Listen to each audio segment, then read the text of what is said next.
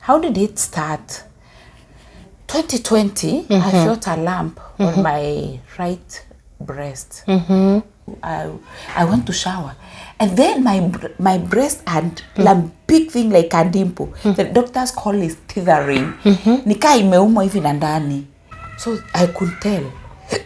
From the look in that doctor's face, I knew there is something wrong. I have a problem. Yes. And a big one.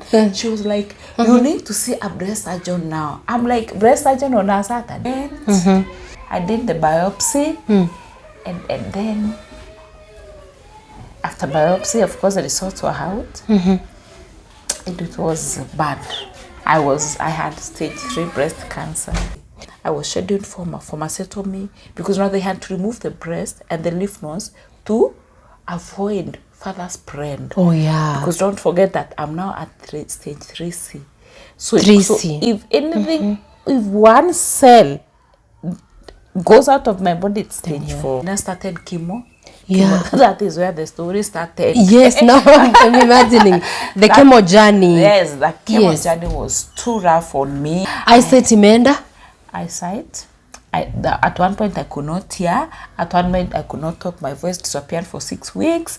At one point I went to ICU for a week. And then I was declared cancer-free on 3rd of August 2023. I was asking her if biopsy alone is 130,000. What of the rest? Where do you think you get approximately 4 to 5 million for treatment? I think my healing is a combination. Wow. Of so many things. Yes. Of course, number one, and this goes also to a cancer patient out there. Yes. Number one is to accept that you have a problem, Miriam. Cancer is a community problem, Nana. We can't hide this problem. Yeah. We are going to talk to people, our friends, everybody in this family is going to talk to their friends. Let's do this. So how did I fight? I prayed. Number 2, I ate. I followed everything the doctor was telling me. So why do you want to die so quickly? You don't want to put even 1% fight.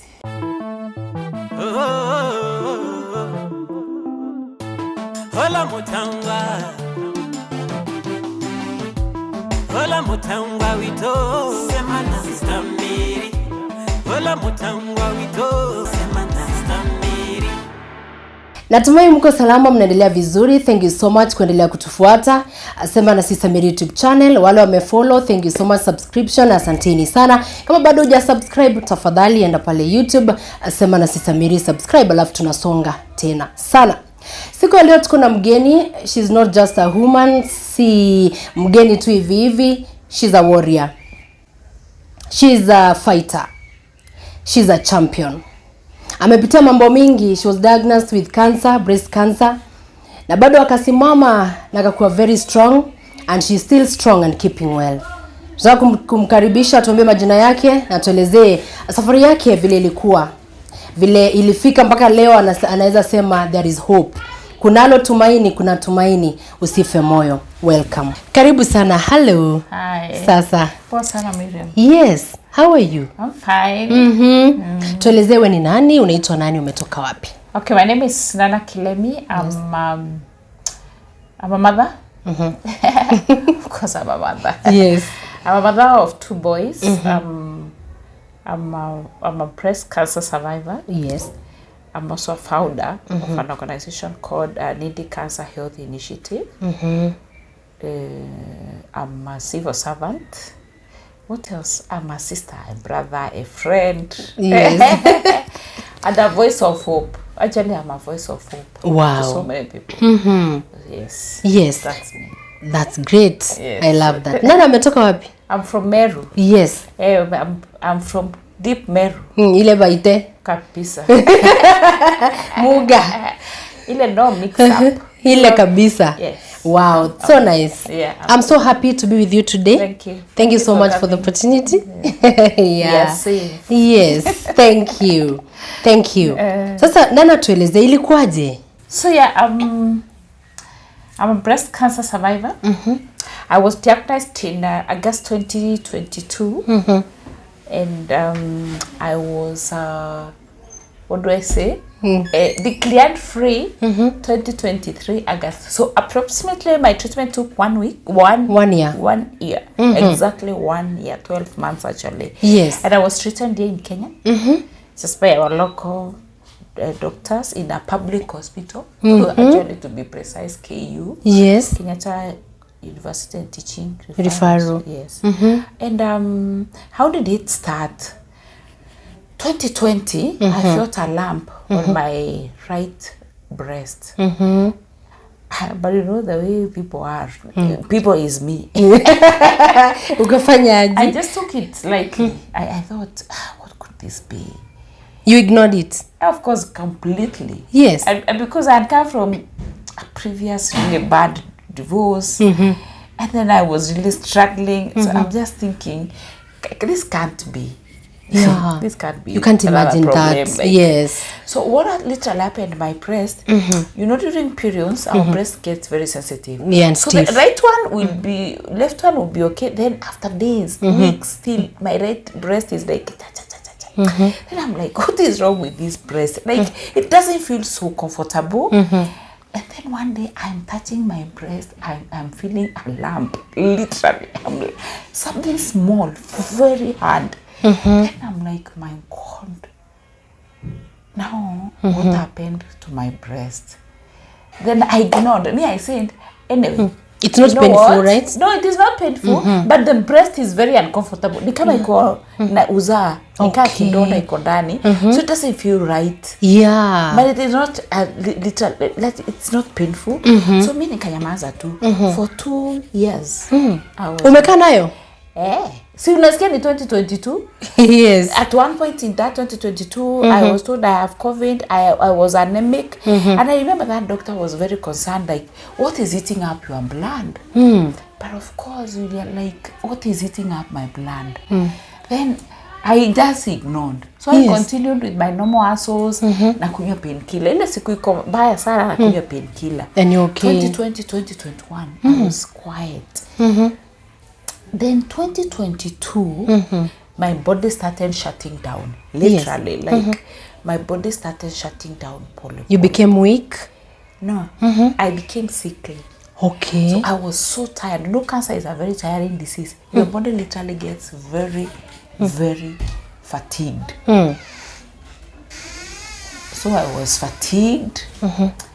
I was sickly. Then I knew this is not right. Yes. And then of course the breast became worse. With the day it became worse, worse. So what happened? July 2022. I was very sick. Yes. And that actually the entire of July I was just at home. Most of the time I could not go to work. And you know, now I have my house manager who we've been together for so long, and she could see something is not right with my body. She kept on telling me, there's no way you can wake up in the morning at 7 and you are tired. Because nilikuwa naamka na hebu kucha na robe unitoke pake huku ndio niende kazini. Umechoka already. Yes. And then my back could ache, and that is why every day I tell people, if you have a problem with your back, please run to hospital. Kimbia. Like kimbia, don't wait. So what happened, Miriam? I knew there's something really big and wrong. Yes. And now my breast had become extremely sensitive and very painful. At that point, I could not. So I was home most of the time because I could not put on my bras. Yes. Alafu hata nikivaa nikikuja jioni nikitoa lazima nishikilie hivi. This now is imekuwa heavy. Yeah, this is not my breast because this has been done mavitu na doctors reconstruction. I had a big bust. So nilikuwa nashikilia hivi nawekelea kitambaa iko na baridi ndio itulie. Then I knew this is not right. Then one Saturday on 1st of August 2022. Yes. I went to shower. That week I was literally home. Sick. You were sick. I was sick. I was feeling terrible. Na mimi ni nani na painkillers? You're there with your painkillers. Imagine. Yes. Sometimes I think just God alinihurumia too. It was just merciful. because how I survived with that cancer for 2 years, 2 years. in my body, I don't even believe it. So on 1st of August 2022, I went to shower, and then my breast had a big thing like a dimple. The doctors call it tethering. Nika imeumwa hivi na ndani.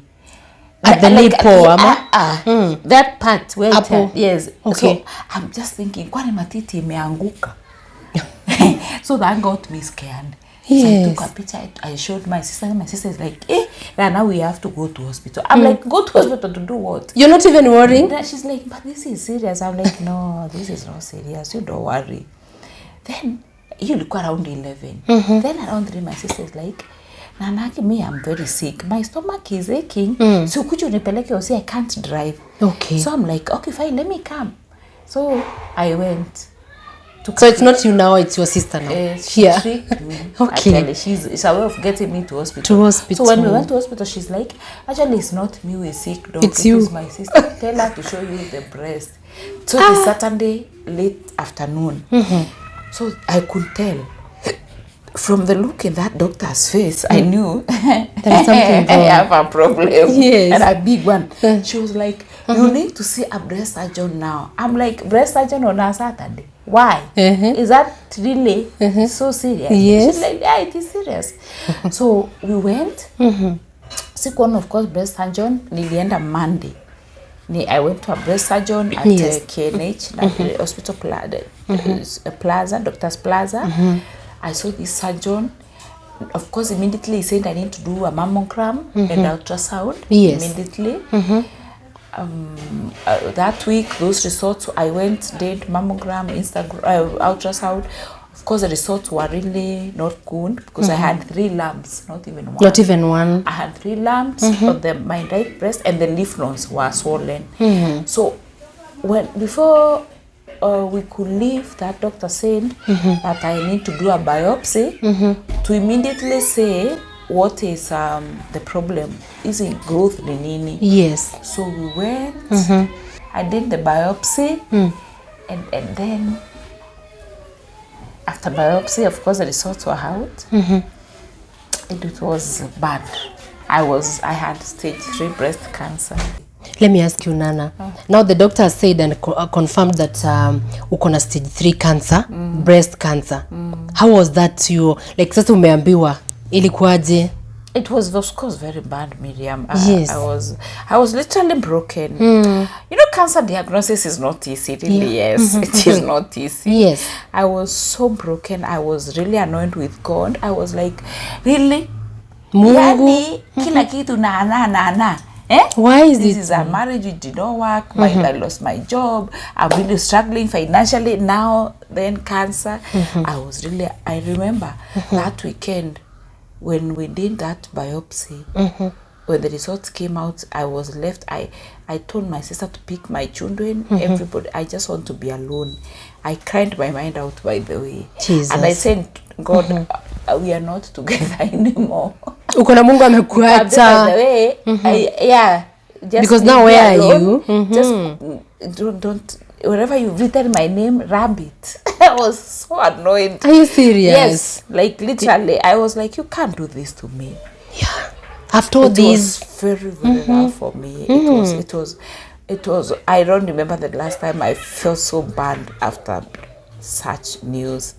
That diagnosis almost broke me down.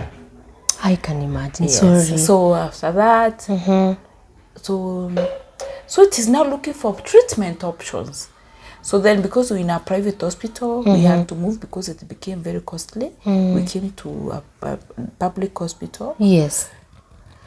And then we had a really good support system in that hospital. We really got help like quickly. I was scheduled for mastectomy because now they had to remove the breast and the lymph nodes to avoid further spread. Oh yeah. Because don't forget that I'm now at stage 3C. So, 3C. So if anything, if one cell goes out of my body, it's stage 4. Yeah. So I immediately, I went to theater, I did the surgery, mastectomy, my breast was removed, lymph nodes. And then I stayed home for 4 weeks. for the wound to heal. Then after that, I now started chemo. Yeah. That is where the story started. Yes, now I'm imagining the chemo journey. Yes, the chemo journey was too rough on me. I did chemo for 9 months, and at those 9 months, there is nothing, literally, I did not face. I lost my eyesight. I did have glasses before cancer. Jesus. Eyesight imeenda? Eyesight. At one point I could not hear. At one point I could not talk. My voice disappeared for 6 weeks. At one point I went to ICU for a week. At one point I had diabetes, high blood pressure. All of this. Oh yes. Hair loss because too? Chemotherapy is Yes. hell. It is hell. Yes. It almost broke me down, but I deep inside me I kept telling God, you need to heal me. Remember my children. You know, I have 2 boys. You see this one who is moving up and down here. Yes, yes. And then I have another one who is 17 years old. And they could look at me and say, Mom, you have to be well. We have no one else. Yeah. You have to be well. So I really fought. And of course, God helped me. But chemotherapy and radiotherapy, they were hell. So 9 months I did chemotherapy, 8 sessions. Then 1 month. Radiotherapy. Then 1 month, yes, radiotherapy, 15 sessions. Then I was given a break of 1 year to now my body to know, you know, to pick up itself again. Yeah. And then my skin to heal. Then of course during that 1 year I was put on treatment called hormone therapy, because now the kind of cancer that I had is hormone related. It's my hormones which are misbehaving. Okay. So my treatment involved a surgery, chemotherapy, radiotherapy, hormone therapy, now reconstruction.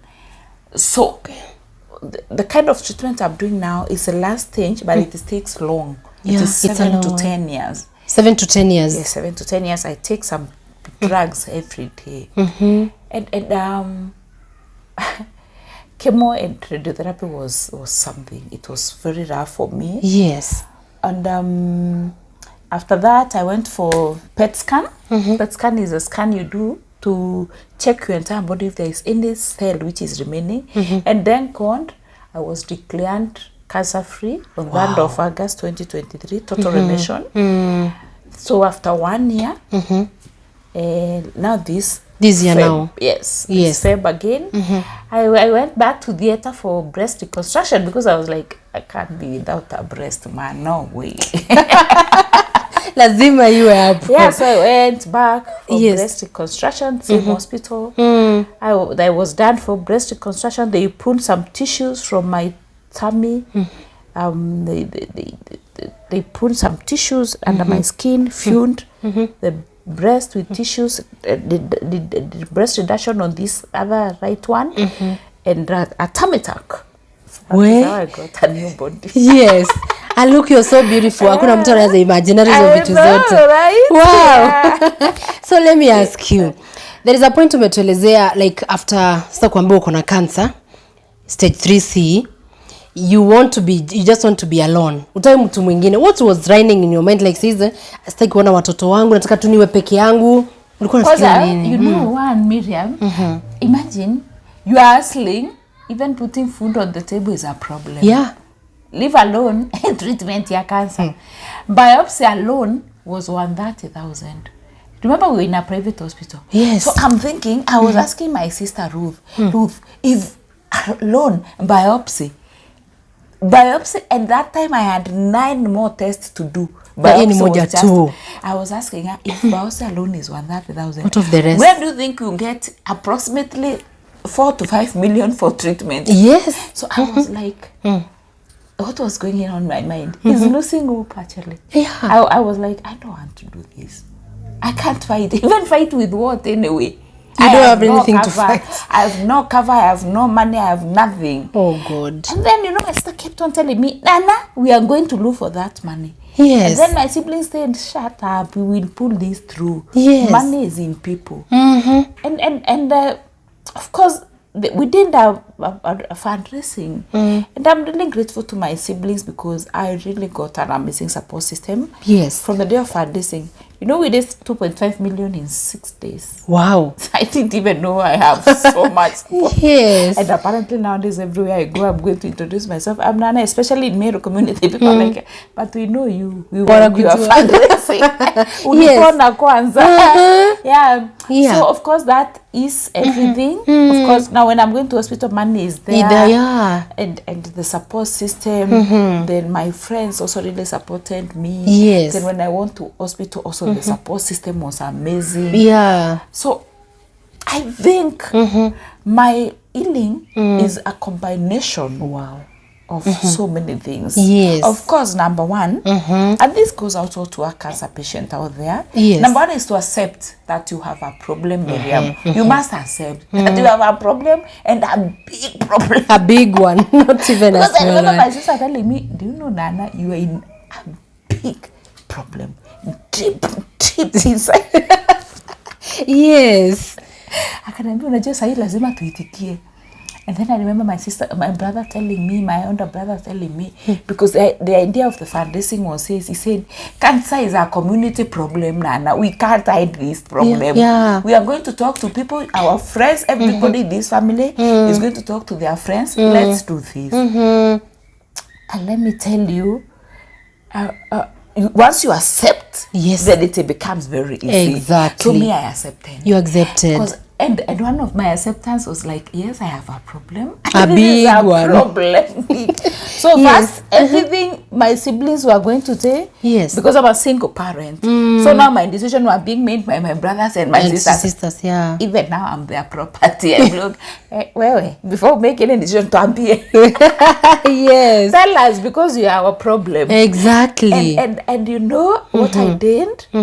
I accepted. Then I moved to my sister's home with my children, with my support system, mende zangu, kuku zangu, kila kitu. Nikasema sawa tu, kaa mbaya.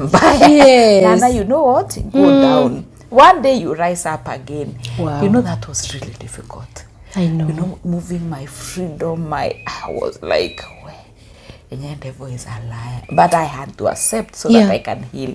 Yes. So number two was to know that I am fighting. I'm in a war zone. You need to fight. Like every morning, I'm waking up to fight. And I'm not just fighting anything. I'm just fighting something which has a live bullet. Yeah. So if I joke, your life bullet ikiniuma, I'm dead. So how did I fight? I prayed. Number two, I ate. I followed everything the doctor was telling me. Yes. I followed everything that my nutritionist was telling me. You know, if I'm told, Nana, you have to stop sugar because cancer cells feed on sugar. You have to stop carbs. I stop. You have to be on ketogenic diet. That's all what I did. I work very, very closely with my nutritionist. I have a very good nutritionist at the University of Nairobi, Dr. Duke Konge. He's a PhD in nutrition. Yes. So he understands food and cancer, food and human being. So I followed him very, very closely. And of course, even when I was so oppressed, because I was. I was. Yes. You know, some of my friends tell me, Nana, you know, some of people who have died with cancer, none who went through the pain that you've seen you go through. They gave up too soon, or they just died too soon. And let me tell you, Miriam, I fought. Yeah. I agreed to fight. I was in for the fight. Whatever the devil threw up at me, I would grab it by the arm and say, God help me. Wow. And I could vomit. I had all those running stomach. I ate. No matter what, I made sure something is entering this mouth. So I'll let it enter, come out. So I'll do it again. Yeah. Then number three, I trusted that God is going to heal me. Amen. And heal me completely. So every day, every morning, every second, what ran in my mind is that me, I'm a candidate of good health and a long life. A life of abundance, happiness, nothing else, no more, no less. I don't know anything else. Amen. Wow. And exactly that is what happened. Yes. And of course, number four is I let people help me. I let everybody help me. Yes. I'm sick. You are sick. open now. Period. Yeah. And it is cancer. Period. Nyinyi semeni venye mnataka lakini mnisaidie. And up to date. Yeah. Yeah, you know, so many of my they know. Your friend knows. Yes. Sinanga aibu. Yeah. Nataka hivi na hivi naeza. Okay, fana utaweza naenda kwa mwingine. Because you see what is killing most of the cancer patient is ni hiyo kujifunikia. Yeah.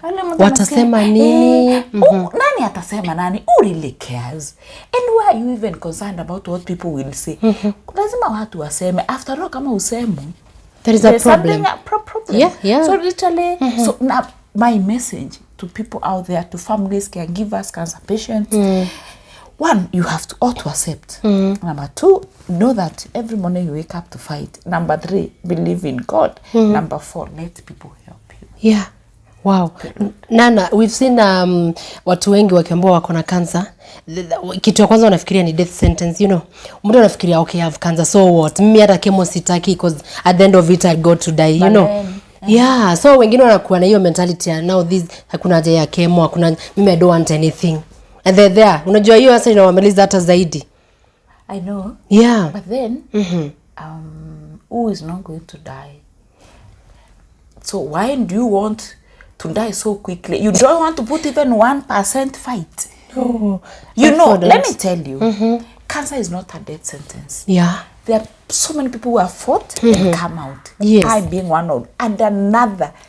Because I have a huge following of both cancer and non-cancer patients. And I know people who have fought and come out of it. Yes. Cancer is not a death sentence, Miriam. Kwanza one thing, and trying to teach everyone is that 80% of cancers are preventable.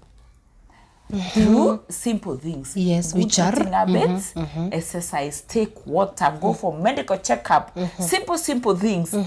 Number two, once you get cancer, accept it is not a death sentence. Go to hospital. It is a disease like any other. Yeah. You'll be given medication. Of course, the treatment is a bit painful and a bit different, but then it doesn't mean that it is going to kill you.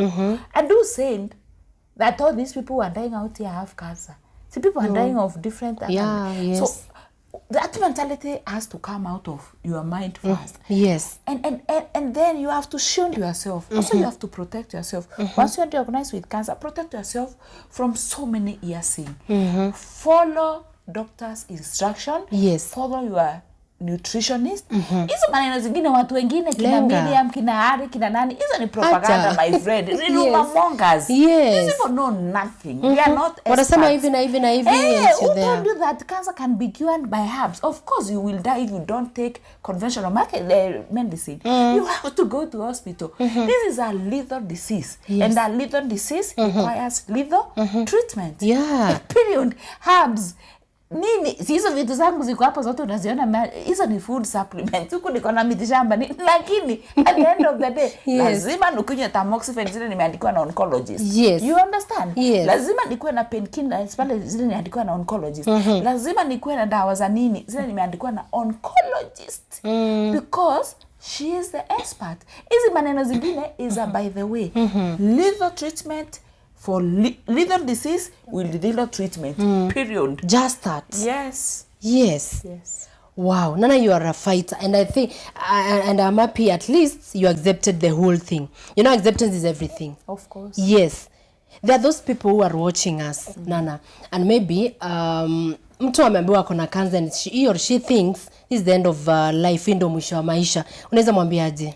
Pana kuwa na cancer si mwisho wa maisha. So, I told you, cancer is a disease like any other. Accept, fuatilia maagizo ya daktari, kula vizuri. Na tafadhali, mujue, cancer haionani na sukari, cancer haionani na stress. Yes. If you have cancer, those two things, lazima uziweke pale kando kwanza. Stress na sukari. Sukari, and it touches a whole sugar thing. It is sugar hiyo ya kuongeza, sugar in fruit, sugar in honey, sugar in carbs. So sugar, sukari yote. Literally the sweetness. Sugar is the number one poison. Cancer cells depend on sugar to thrive, to keep on growing. So the number one thing that oncologist will tell you, and this is now to cancer patient I'm talking to. Yes. If you meet a good oncologist, wacha na hawa kuambia kula kila kitu. Ukiwa na cancer uweze kula kitu, kila kitu. It's a lie. Lazima You have selective. to cut on sugars, fine carbohydrates. You have to cut on wheat products, on oils, on milk, and on processed food, whether you like it or not. Yes.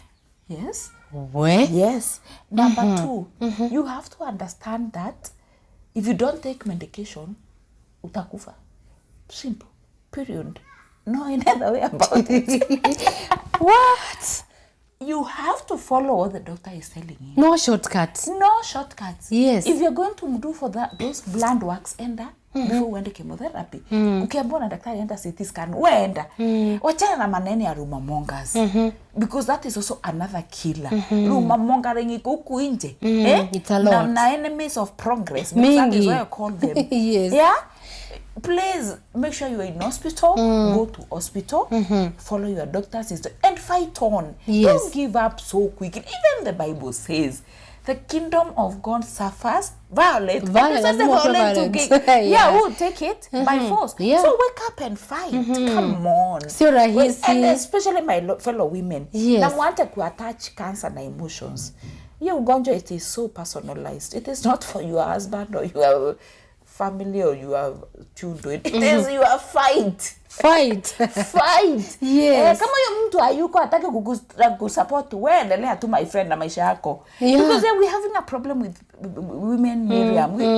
We are losing hope too quickly. Yeah. Because if you compare our male counterparts and female counterparts, cancer is really affecting women, and it is really killing women. Number 1, which is killing women entire around is cervical cancer. Cervical cancer, then yeah. breast. So then that means women, we are not taking care of ourselves. Yeah. And then most of us, when we are getting sick, we really die very quickly. Because Ababu, you want Mr. X to be there with you. Stress, Nana, stress. Na yeye pia ana stress. And you know, some men don't like baggage. Naturally, men are not created for... So wachana hiyo maneno. Please, my fellow women, once you are sick, fight. It's you. Separate issues. Nana. It's so tough, eh? Iko tu hivyo, you just have to fight. Nothing more. Hakuna kitu kingine. Fight. Na unjipende. Yeah, we've seen there. Yes, tukiwa hapo wa kujipenda, yes. Self-love. Self-love. Put yourself first. Yeah. Wachana sasa na mizigo za watu wengine. Beba so yako. Naona kama mimi nikwambia leo nimelala. Ukikuwa karibu kufika niambie ni if you don't want to shower, don't. If you don't want to, if you don't want to get out of that bed, don't. Those days you don't want to lift a finger, don't lift. Just be. Kaa tu hivyo. Be a princess. And you know. Wow. So then your body gets the rejuvenation to Yes, fight. yes, Self-love. Self-love brings a lot of healing. Then have a circle of your Positive confidence. friends, yeah. And positive friends you can share your frustrations with, you can talk to. Wewe acha kushinda kusema ati wataniongea, hata wakikuongea, so what? It's fine. It is really. We've seen watu wengine Nana, like now ukiambia uko na cancer, my friends wako wengine wanapotea like kuna cancer, unaonekana kama umeachwa. Kuna wengine wako walikuwa like zile za Nana akona no you know. Sasa hata wakipotea sasa I am sport for choice. So you put out yourself. Yes. No, your worth. Some who went and so what? Wakwende kabisa. That's him. Yes. You know, it is about me. You know your worth, you know. Yes, it is not about them. Why? So hata wakienda ni waende. It's okay. Wakwende huko kabisa. You don't need them at that time. Wakiendanga. Wow. Why are you? So kuna kubembeleza. And the world is full of people. 7 billion people. How can you say, ati Miriam amenda sasa uko na stress, akwende kabisa. Other Miriams will come. Yes. You know your worth, you know your value. Yes. Yeah. Wow. Really. Yes. I love that. That is it. Now kuna mali umetuambia Nana, if kamali eyesight ikapotea, nywele zikaenda, ukakuwa tu after chemo ndo kila kitu ilirudi sawa ama? First chemo ndio nywele ilianguka. even my nails, if you look at them, they don't look too, they're not very good. Hata mpaka sahi inatokanga especially za toes, but my doctor said it will take time, but I'm going to be fine. So kile kitu ni pole pole tu, yeah. You know, my body now is building up. Pole pole. That is why I don't strain a lot. That is why I was like, I don't want to move because most of the days I just sit home quietly, resting, eating, reading, watching. Yes, just that. Yeah, because this is not, it is not just a normal body like yours. It's a process. It has been touched by very lethal drugs that are very lethal disease. So I have really and procedures too. Yes, a lot of care. Yes. Umesema you're still a civil servant. Unafanya kazi kabisa. Yani bila shida, you're okay with that? Yeah. I work. I work. I go to work every morning, and I have an organization I'm running, which is really something. It's a huge organization. It's an NGO with a lot of people. We are supporting actually with my friends. We pay for them NHIF. We give for them food. We fundraise for these people who are sick. Cancer patients? Yes, cancer patients. They have no food, they have no money. So we pay for them NHIF. Then we fundraise for them money for food. Okay. Yes, and it is a lot of work. Right now we have a donor who is coming from Europe. Yes. On this coming Friday to support breast cancer patients with breast prosthesis and bras. So it's a whole, I'm juggling. You're doing all that. So I have a job to take care of. I have an organization. I'm a founder and the chairperson of the board. Yes. So literally it is wow, on me. Congratulations. Yes. I'm a mother. I have these 2 boys who are looking at me, so I have to balance everything. Yeah. I have a social life. You know, it is, but I thank God. I'm balancing. Yeah. And I'm good. I'm not complaining. Wow. And I love it. Yes. Congratulations, Nana. There are those people who are stranded pale. Mtu wako na kanza, amembiwa kuna kanza, and anashindwa, okay, where do I begin? Nitaanzia wapi sasa? I know, because also I was there. First things first, please make sure you find an oncologist. Oncologist ni wale madaktari specialist wa cancer. Yes. Wako in our public hospital, wako in our private hospital. Those are the best people to walk with you the journey. Don't just walk this journey with any other doctor. Yes. Make sure you have the right information. Because of wale oncologist, ndio wanajua what is what and what has to be done where. Yes. So look for, hiyo ni muhimu sana, oncologist. Yes. So you have to look for an oncologist. Yes. Wow. Yes. Okay, Nana. Kuna hii inaitwa ile kwenda hospitali, you go uangaliwe kama everything is okay. Is it like kuna watu wamekaa tu like yako, like yako ulikaa 2 years bila kujua nini inaendelea. Ulisikia kitu, the lump and you're there like okay, let me just ignore it, you know. Ingekuwa ulianza after now the lump ungeenda hospitali that time, could it make a difference or something? Of course it could have made a lot of difference. Yes. So that is why I urge people every day go for medical checkup. You know, ukisikia kitu iko sawa, hapana hospitali. Yes. Medical checkup hatuendi kwa sababu kitu iko sawa. Unaenda ukifanya medical checkup tunaenda once a year to check where your body is at. So unaenda unapimwa kila kitu kwa mwili yako. Yes, and yes, you go and check the entire of your body. Because when you know where your body is at, you can be helped. Don't wait. Until medical it's checkup late. now, we have so many hospitals which are really giving good packages for medical checkup. Women, kitu kama mammogram to check your breast, it is once every 2 years. Pap smear, it is once a year. And these things, they range between, kama pap smear, I think, to 1,200. Yeah. So go for this medical. Kama hiyo ya prostate cancer treatment, wanaita PCA kana PSA. It's 1,000 bob for men. So medical checkup, it's actually the real life saver. Medical checkup. Let people go for medical checkup. Take care of your diet. Yes. This carry mingi carbs manze. Asitusaidi. Because it is all boiling in our kitchens. Yes. Yes. Yeah? Yes. It is all boiling in our kitchen, whether you like it or not. Then do some exercise, walk. You know, people in this hereditary lifestyle, inatuletea shinda sana. Office, job, gari, home, bar, church. The same over and over. We are rotating to yes, to go for gym or walk or those other days. Leave your car at home. Walk. Tembea. Yeah, it doesn't harm you. It is going to do your body. Take a lot of water. Water is also important. Eat fruit, the traditional fruit. Tuachana na hizi matunda za processing. Let's go back to our traditional fruit. Look at Don melon, tree tomato, you know, guavas. Those things. Hizo za kitambo sana. Hizo za kitambo na zile matunda hazina sukari sana. Even my friend tunaleptoa hapa supermarket. Unaenda kukimbilia ati vitu kwa sababu zimepakiwa vizuri. Those things are not meant for human consumption. They are meant for food processing. Yeah. And wine and what? And that levels of sugars are so high because when these people are planting them, they want to cut the cost of sugars in the processed food, in the fruits. So you must know also what fruits you are eating. Yes. You know? Yes. Yeah. Na alafu turundi kukunywa mitishamba. Mitishamba is a deal. Yes, herbs. So tukiona watu wa mitishamba we just go there. You must know where they are coming from.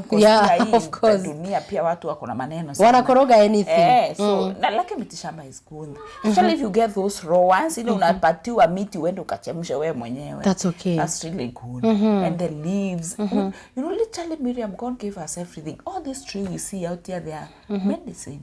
Yeah. Could you tell us, Nana, some of these are truths, hizi miti tu za kawaida. Zinaweza sema if you try this is good, hii ni poa, hii ni sawa. Sana kama mimi ukienda kwa fridge yangu utakuta leaves za mango. Kuna mahali mtu maembe.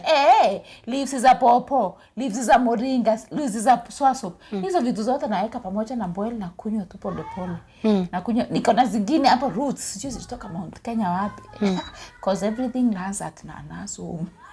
So apart from the medication, bado kuna hizi natural sasa. Of course, I take them. That's what I take every morning. When I wake up, I either take a glass of moringa, glass of stinging nettle, a glass of those herbs.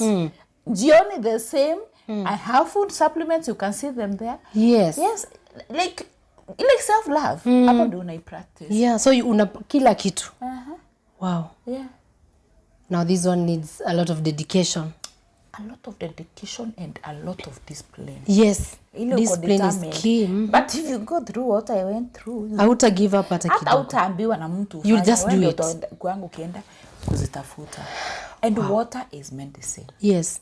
Water. Yes. Water is medicine. 6 to 8 glasses, water is medicine. Yes. Kuna hiyo safe test ya breast cancer. Ile unaambiwa inua mkono ukisikia kitu. Can you explain hiyo kwa mtazamaji like hiyo safe testing But it's just, you know, now I'm not an expert. But you just touch your breast. Ukisikia kuna kakitu. But you see Miriam, breast ndio zikuwe na breast cancer, si lazima ikuwe na lump pekee.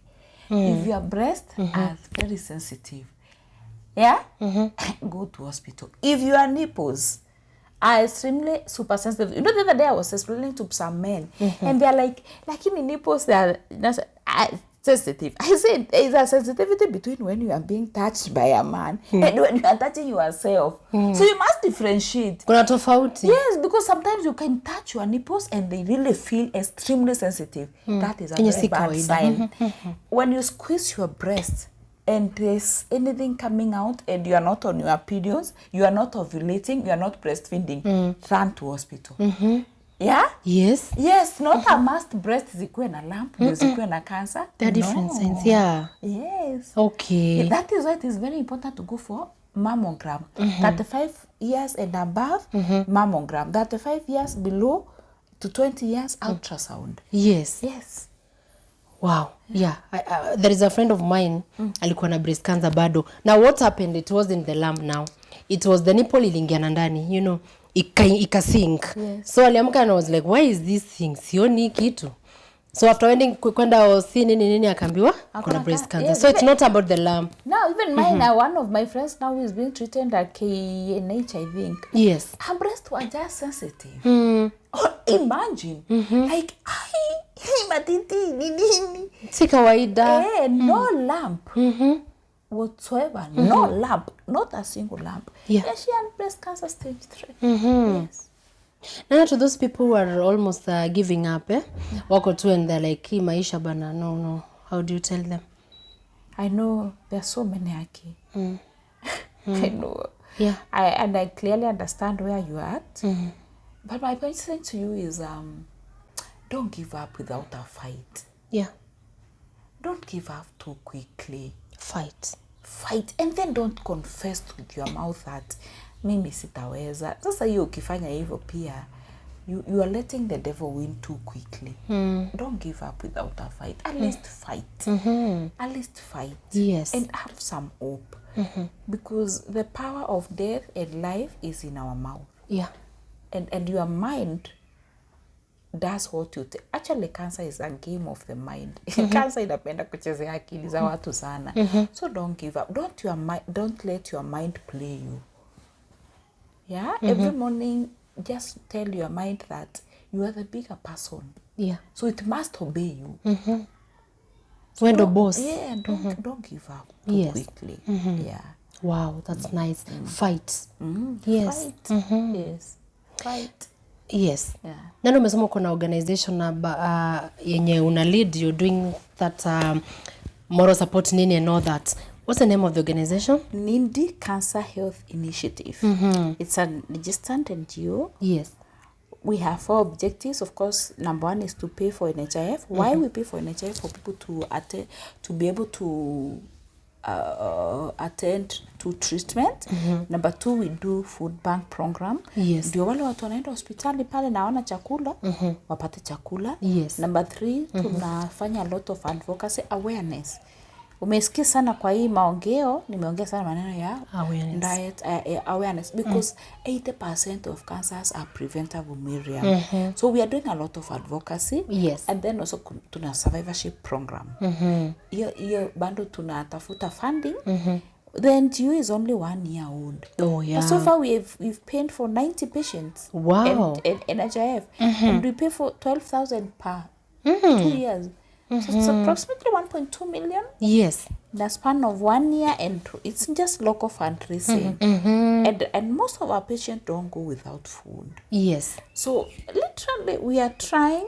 So you can follow us. Yeah, please. On our Facebook, Nindi Cancer Health Initiative.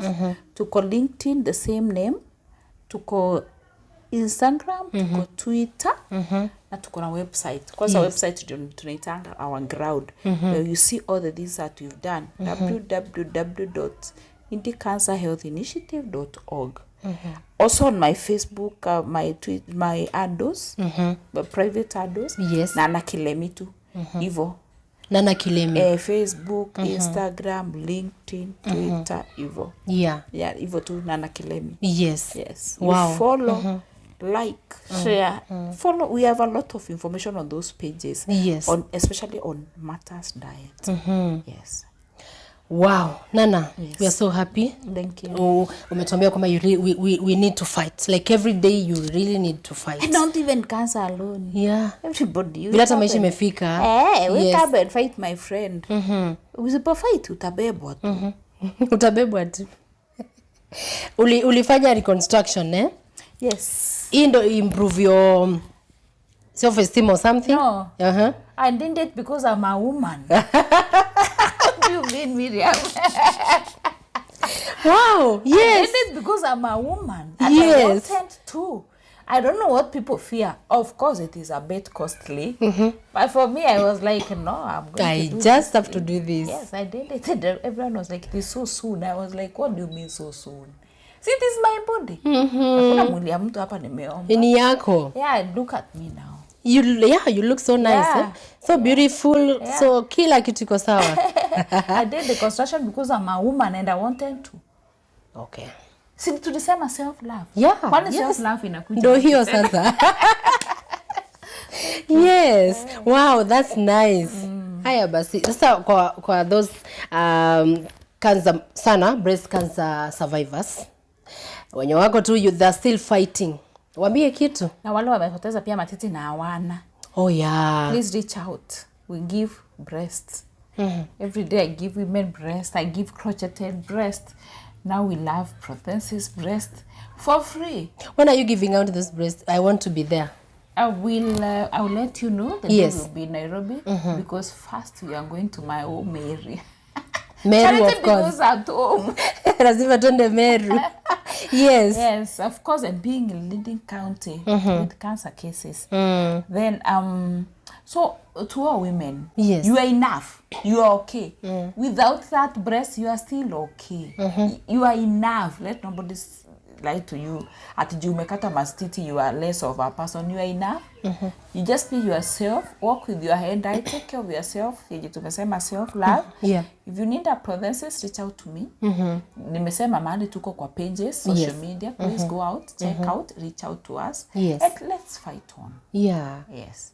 Breast cancer is amongst the most curable cancers in the world.